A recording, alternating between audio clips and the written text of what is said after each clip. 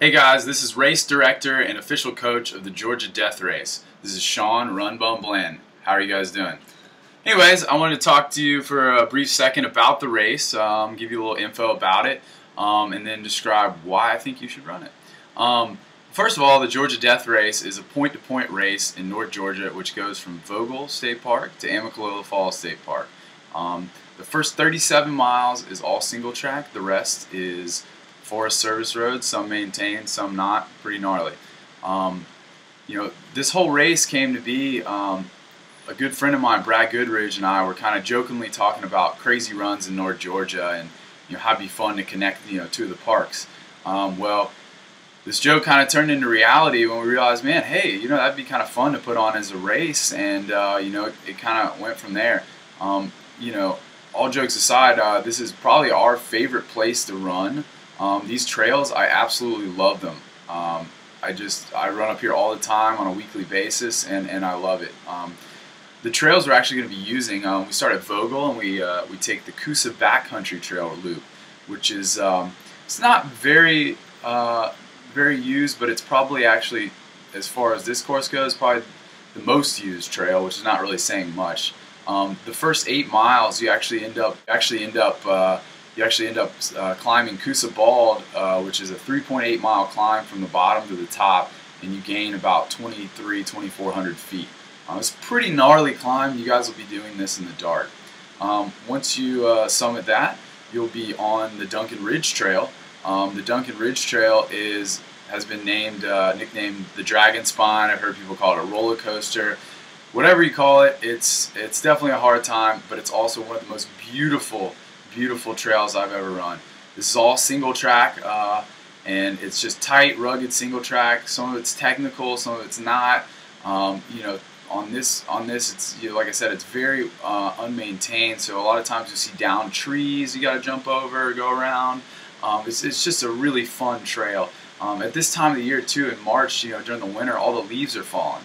So this is the only time of year you actually have unobstructed views from the ridge. To either side, there's mountains on either side. I mean, pretty much everywhere you can see there's mountains. And one of the things we've done as well is you guys will have a 4 a.m. start. So starting at 4 a.m., it'll be pitch black, obviously.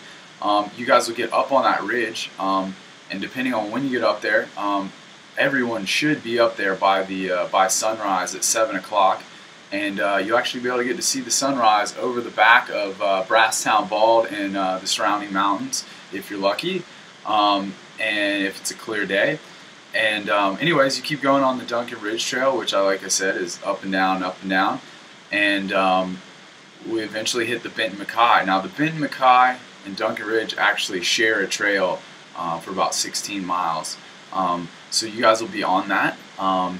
And Benton McKay is one of my favorite trails. It's very untraveled, very remote, very much fun. And again, it's kind of more the same.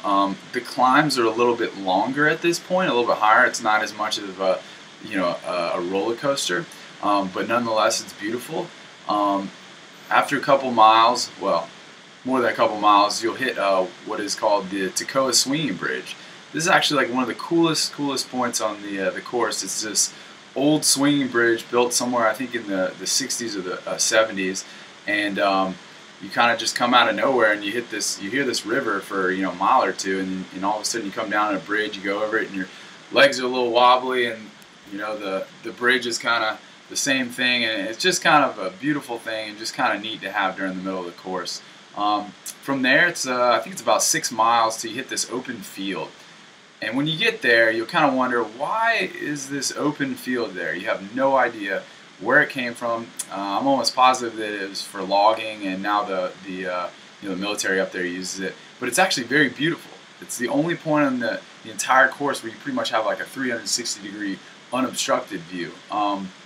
It's kind of weird depending on when you get there. Some people will be getting there in daylight, some people are getting there as the sun sets, some people will be getting there at night. Whatever time you get there, it's equally as beautiful. If you're there in the day, you'll see all the mountains. If you're there as the sunset, and you'll get to see a beautiful sunset. If you're there at night, you'll be able to see the stars. And either way, it's going to drop your jaw. Then from there, we're on some pretty sweet Forest Service roads. Now, I personally hate Forest Service roads, but I'm okay with these roads. Now, the Forest Service roads, there's not as much up and down as you've been doing previously, but there's one very notable downhill from Winding Stair Gap. I think you lose about 1,200 feet, and it's pretty gnarly because it's not really maintained. And then you get down to Nimblewell Church Road, and then you have a pretty nice climb up to the top of Nimblewell Gap, and then from there it's kind of all downhill into Amicalola Falls State Park. Now, my whole thing is if you can get to the Forest Service roads, you can finish this race. And like we said, the Forest Service roads are about 37 miles in, give or take. And at that point, you've done all the hard climbing, pretty much all the up and down, all the gnarly single track, and at this point it's just kind of, just finishing it. It'll be a really sweet view though from the top of Winding Stair Gap, especially with the leaves being down. Again, depending on when you get there, you could see the sunset, etc.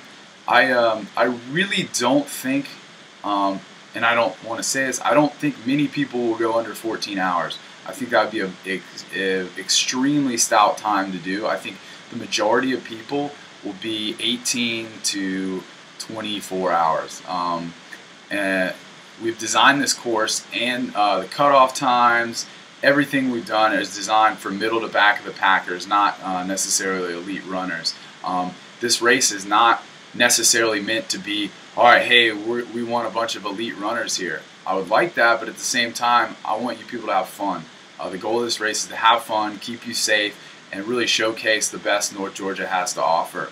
It's my favorite trails, the Duncan Ridge, Benton McKay, and the Coosa Trail.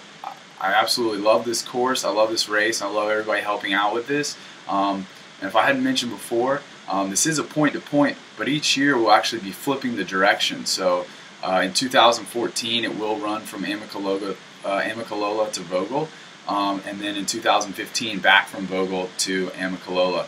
I'm very, very happy and would like to give a huge thanks to Matt Owens and Cliff Tippins at Vogel and Amicalola, as well as Jay Cowart at the U.S. Forest Service. These gentlemen have really backed what we're doing here. They're very supportive, and they've been nothing but help. I very much appreciate that. One thing we are looking for is volunteers and sponsors. So if you are interested in either one of those, please email me sooner rather than later at Sean@runbum.com. Sean@runbum.com. Anyways, guys, I really hope to hear from all you guys. See you race day. I'm sure we'll have a couple of fun training runs, and make sure you go to www.georgiadeathrace.com, and we'll see you there.